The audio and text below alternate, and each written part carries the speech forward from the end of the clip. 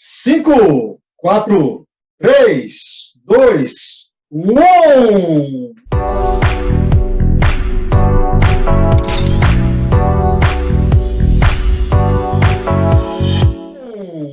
Olá, unigestores, olá, unigestoras.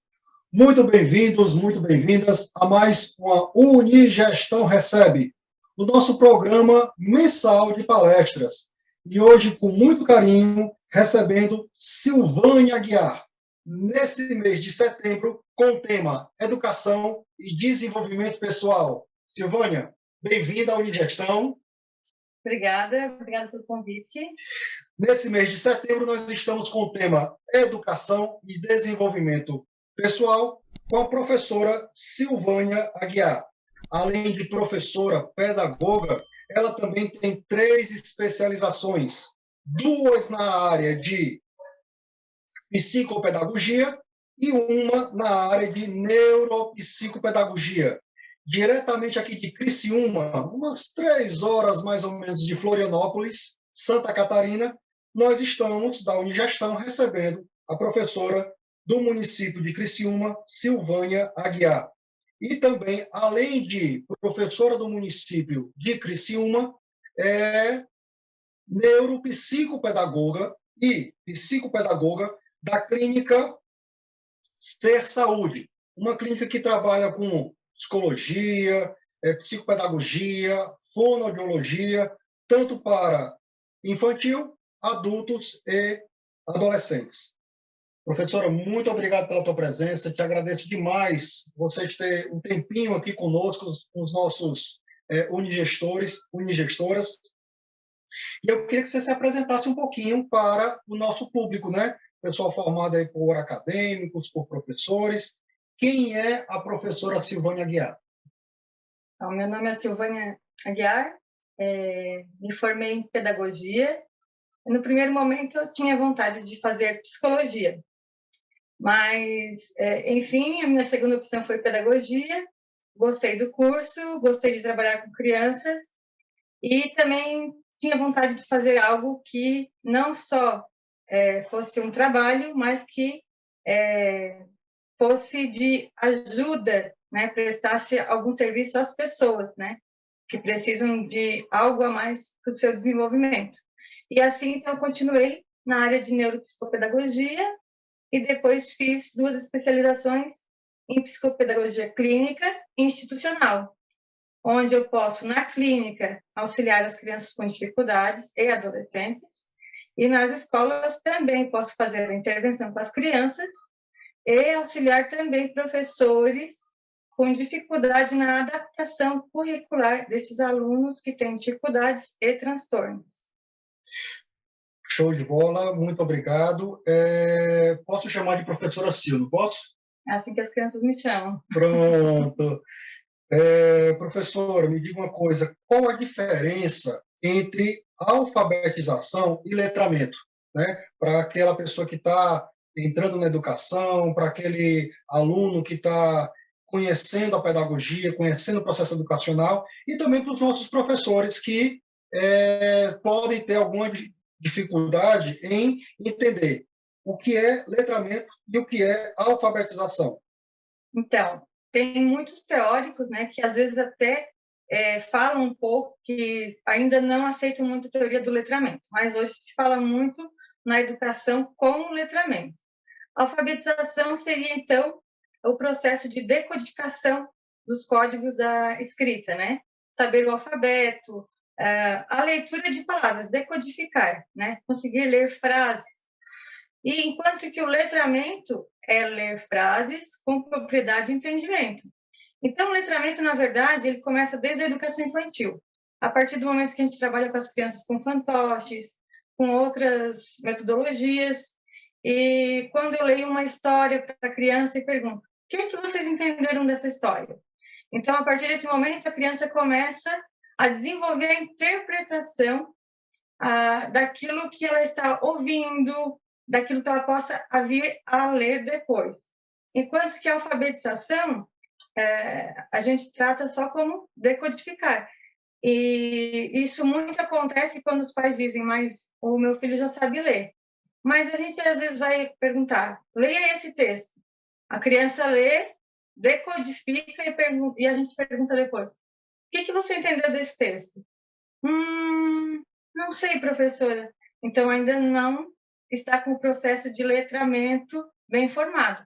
E isso não acontece apenas com crianças. Percebemos que, às vezes, por exemplo, em provas até de vestibulares, concursos, quando vem aquelas charges, né, os adolescentes não conseguem interpretar bem uma charge, um outro texto. Isso significa que o processo de letramento não foi bem feito ainda precisa de desenvolvimento.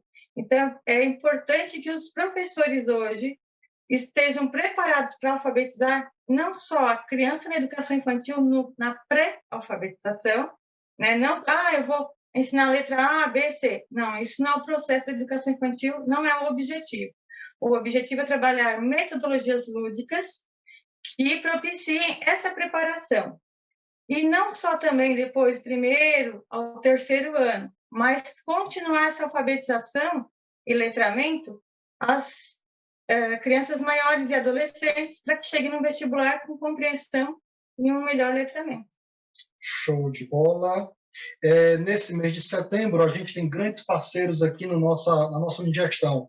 Então, queria mandar um abraço para o meu amigo Gilbertos Delícias de Sabores. Gilbertos fica no Maraponga Martimoda, sua carne, seu peixe, seu camarão, né? E também a sua ave, num precinho que cabe dentro do seu bolso. Um abraço também para a nossa querida Vieira e Verrá, nossas mídias digitais. Vieira e Verrá cuida, gerencia bem as suas mídias digitais. Meu querido Paulo Henrique Teres, com Empreenda Melhor, você que está empreendendo, você que está começando um novo negócio, conheço o Empreender Melhor, metodologia fantástica. Não esqueça de colocar os seus dados na Contexto Soluções Integrada. Lá na Contexto você trabalha a parte contábil, a parte jurídica, a parte imobiliária. Professora Silvânia, você falou também da vestibular, de concurso, né? É importante a educação na formação do ser humano? Comenta um pouco para a gente sobre isso. A educação na formação do ser humano, ela abre mais portas, né? Ela proporciona que a gente se desenvolva melhor, como, por exemplo, há muita desigualdade social nos dias de hoje, né? E nós percebemos muitas pessoas que, principalmente após a pandemia, desistiram de estudar, né? Ou retrocederam muito. E também, na mesma proporção, também houve mais desigualdade social ainda. Muitas empresas foram fechadas, e aquelas pessoas, outras já cada vez se especializando mais, outras cada vez regredindo. Então, isso aí está proporcionando cada vez mais desigualdade social. Então, é muito importante investir na educação para que essas pessoas tenham condições melhores, né? E não apenas fiquem esperando pelo um Bolsa Família, um Bolsa isso, aquilo, mas que sintam-se capazes de mudar, transformar as vidas, a sua família, né? E assim diminui essa desigualdade. Então, o conhecimento, ele minimiza, né, as injustiças, não é isso? Mas me fala um pouquinho agora, um pouquinho mais para a prática. Como é a prática de letramento ou de alfabetização numa escola, aqui, por exemplo, no município de Criciúma? Aqui no município de Criciúma, nós trabalhamos muito com o protagonismo e com projetos. Protagonismo da criança e com projetos. Antes, a professor, ele chegava, ele colocava um tema que ele queria explicar, apresentar para a turma, né? Principalmente na educação infantil. Hoje, nós partimos na educação infantil, eu falo por causa do que eu trabalho neste ano nessa área, né? Desde 2011, eu venho sendo colocada em turmas diferentes, desde a educação infantil até o 4º ano. Então, eu posso dizer que eu conheço o desenvolvimento infantil em cada fase, a pré-alfabetização, a alfabetização até a pré-adolescência no 4º ano, né? E aprendo a lidar com as diversas linguagens deles, né? Então, os nossos projetos são protagonistas, né, em relação à criança. Parte do interesse da criança E através daquele interesse, a gente foi ali no jardim, eles viram isso e se interessaram por aquilo. Ou joga um tema, leia uma história, e a partir daquilo ali eles fazem as perguntas. Nós desenvolvemos o projeto, e a partir dali a gente vai fazendo as metodologias de alfabetização, através de teatro, fantoches.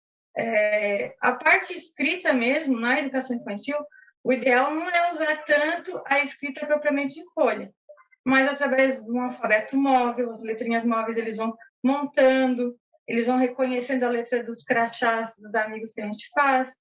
E quando eu cheguei no final do ano, eles já sabem o alfabeto, ali no grupo 5, que eu estou esse ano, eles já reconhecem o nome dos amigos, às vezes aquela memorização, e às vezes eles começam então a perceber os sons, né? Os sons dos fonemas, e eles começam a perceber que o M não é só M de mamãe, mas M que faz né? Então a gente trabalha muito com a questão fonológica.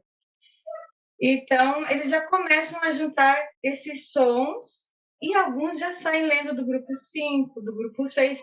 Não é a proposta, mas através desses projetos protagonistas, cada um desenvolve de acordo com o seu interesse. Então, é o objetivo da educação infantil? Não, alfabetizar. Mas nós cortamos o interesse deles? Não cortamos. Porque a partir do momento que a gente corta o interesse de uma criança, às vezes ela pode ser desmotivada, né? Então, a educação infantil funciona desse jeito. É por isso que o tema desse mês de setembro é Educação para Desenvolvimento Pessoal. Já que nós estamos falando de desenvolvimento pessoal, eu queria saber se a educação,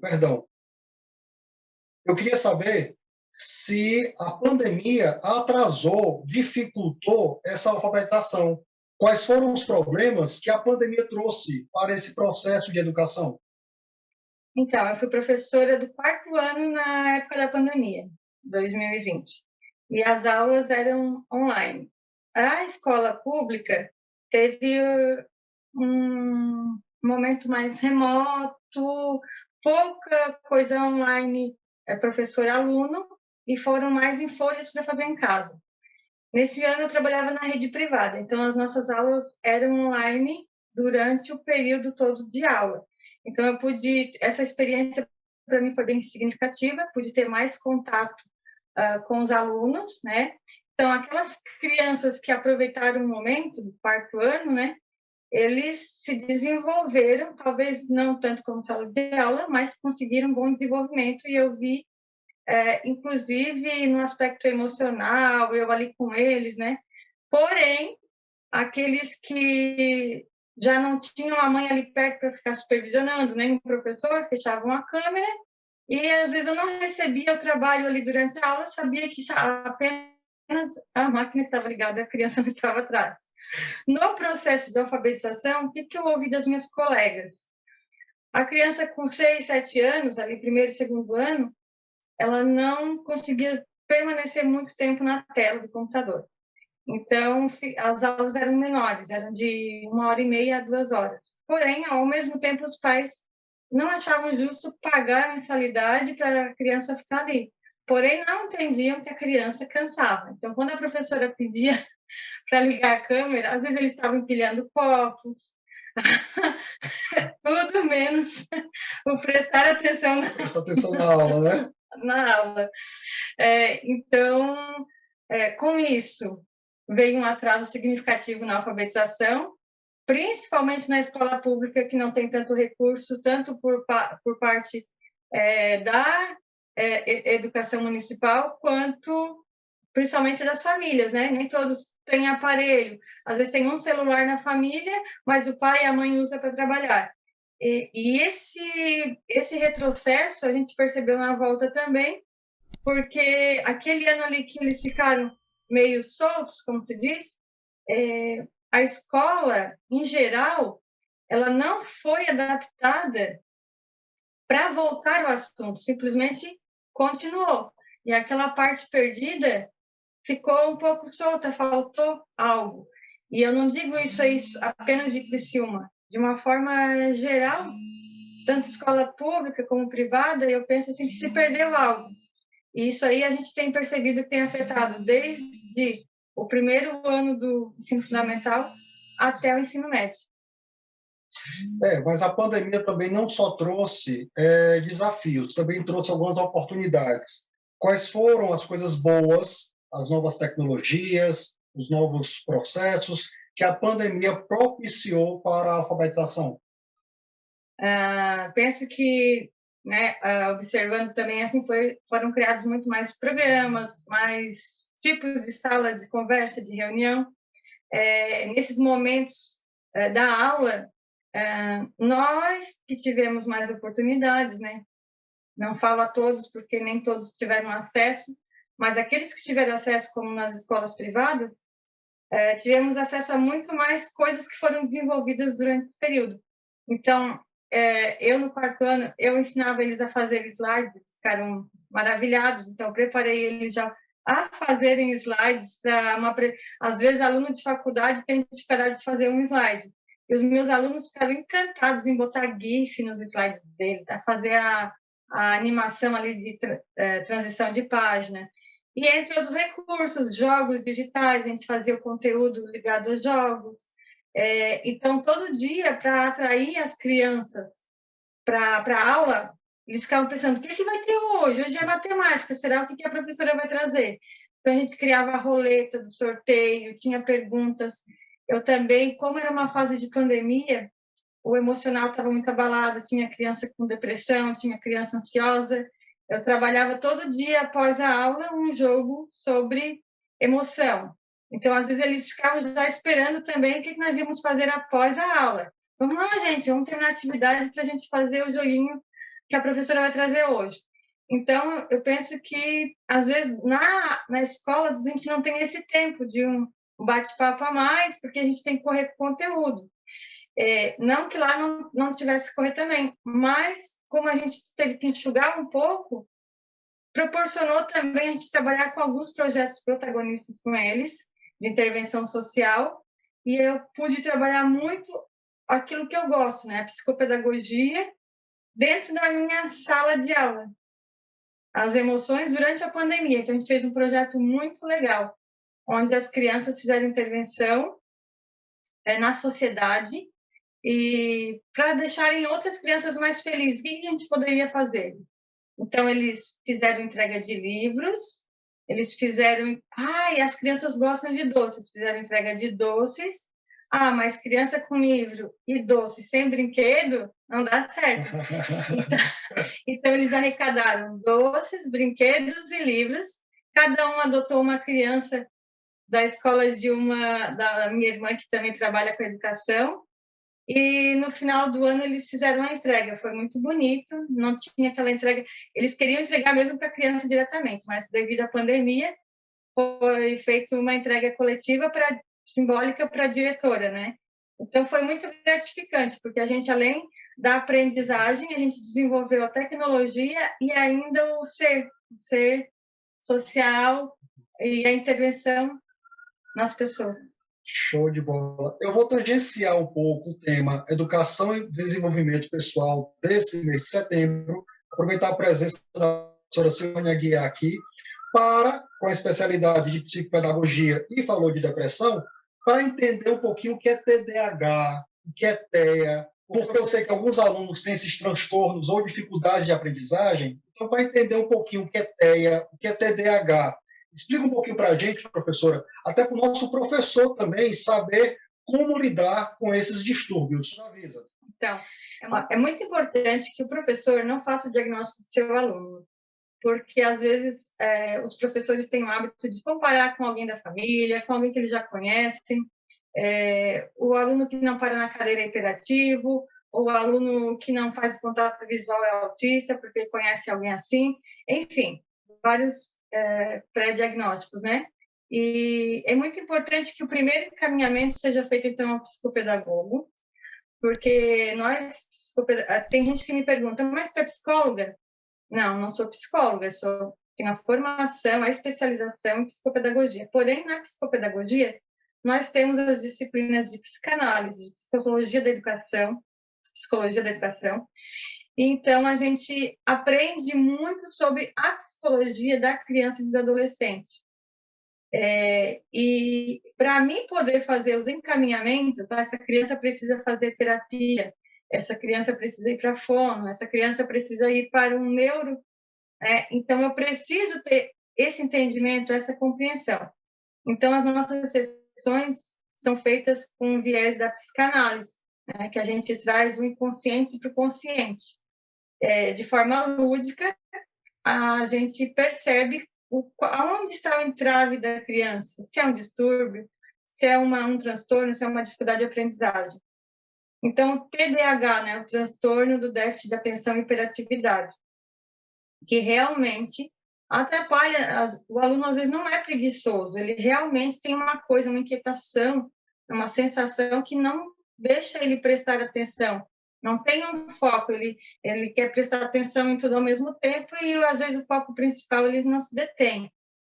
Já o autista às vezes, muitas vezes ele já consegue ser diagnosticado uma criança de 3 anos. Mas tenho colegas que seus filhos foram diagnosticados só com 15 anos e por isso teve um atraso muito grande na educação.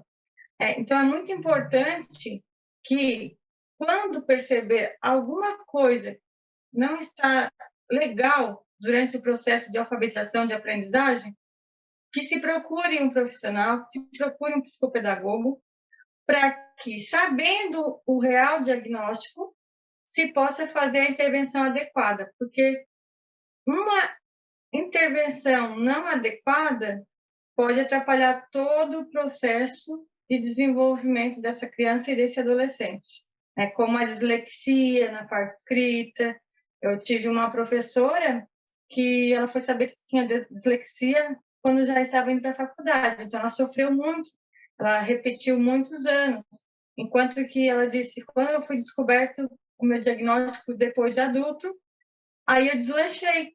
Hoje ela é uma das coordenadoras do curso de neuropsicopedagogia. Então, a pessoa tem capacidade, ela não é incapaz, ela tem capacidade, porém tem que ter uma adaptação curricular, uma adaptação para aquela dificuldade. Tanto no processo de descalculia, dislexia, e nos demais transtornos ou dificuldades. E nem tudo é transtorno. Às vezes, a dificuldade que está bloqueando a criança ou o adolescente no momento, mas ele não aprende. Às vezes é uma questão emocional, um luto, uma separação dos pais, algo que ela está sinalizando e, por isso, ela está bloqueando a aprendizagem até para, quem sabe, chamar a atenção dos pais, da mãe, do pai, que não está legal. Então, a psicopedagogia vem fazer isso aí, descobrir o que é. É uma coisa momentânea, é uma coisa que já vem, cognitiva, genética, e é dessa forma que acontece o nosso processo. Bom, gente, nós estamos encerrando aqui a nossa entrevista, tá certo? Agradecendo a Vieira e Verrá, mídias digitais, Gilbertos, Delícias de Sabores, no Maraponga Marte Moda, Empreenda Melhor com Paulo Henrique Teles e meu querido professor Oswaldo, na Contexto Soluções Integradas. Professora Silvânia, queria agradecer muito a tua presença aqui na nossa Unigestão, para os nossos queridos unigestores, unigestoras, nesse mês de setembro, com a temática Educação e Desenvolvimento Pessoal. Então, eu queria, para fechar essa nossa entrevista, aqui diretamente de Criciúma, umas 2, 3 horas de Florianópolis, em Santa Catarina, que você fechasse a nossa entrevista dizendo qual a importância da educação para esse desenvolvimento pessoal, né? Qual é o benefício do conhecimento para o profissional. Né? Eu sei que a sua prática é a educação infantil, mas a gente, na graduação, recebe esses alunos que vêm da educação infantil. O que é bom formar, né? O que é bom informar para um futuro profissional, né? De mercado, do trabalho? Então, eu percebo que esses adolescentes que às vezes não estão tão legais lá no ensino médio, às vezes até mesmo na faculdade, é porque faltou uma educação infantil de mais qualidade, um ensino fundamental e até um ensino médio.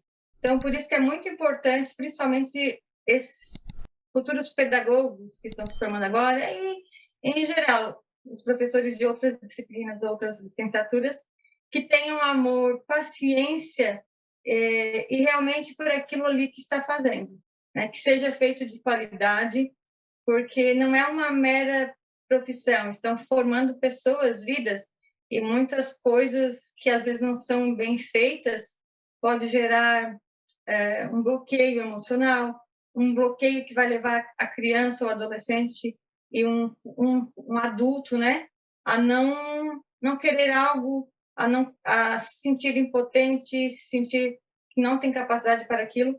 E a gente tem que confiar, sim, acreditar no nosso aluno, mesmo com a sua dificuldade, com algum transtorno, que independente daquilo que ele tem a capacidade de avançar na forma dele, na forma única que ele tem. Então, é muito importante todo esse processo para que cada vez mais a gente possa formar pessoas e não deixá-los desistir, né? E, como falei antes, a diminuir essa desigualdade, porque às vezes tem muita oferta de trabalho, mas não tem pessoa especializada para aquela vaga. Então, é muito importante a educação, que a gente continue lutando pela educação no Brasil. Professora, muito obrigado mais uma vez, viu? E a Unigestão não tem espaço, não tem tempo, não tem lugar. Ela vai onde a informação está e ela vai estar com você em todos os momentos. De norte a sul, de leste a oeste, a Unigestão está aqui para conhecer, para saber, para formar e para informar. Muito obrigado.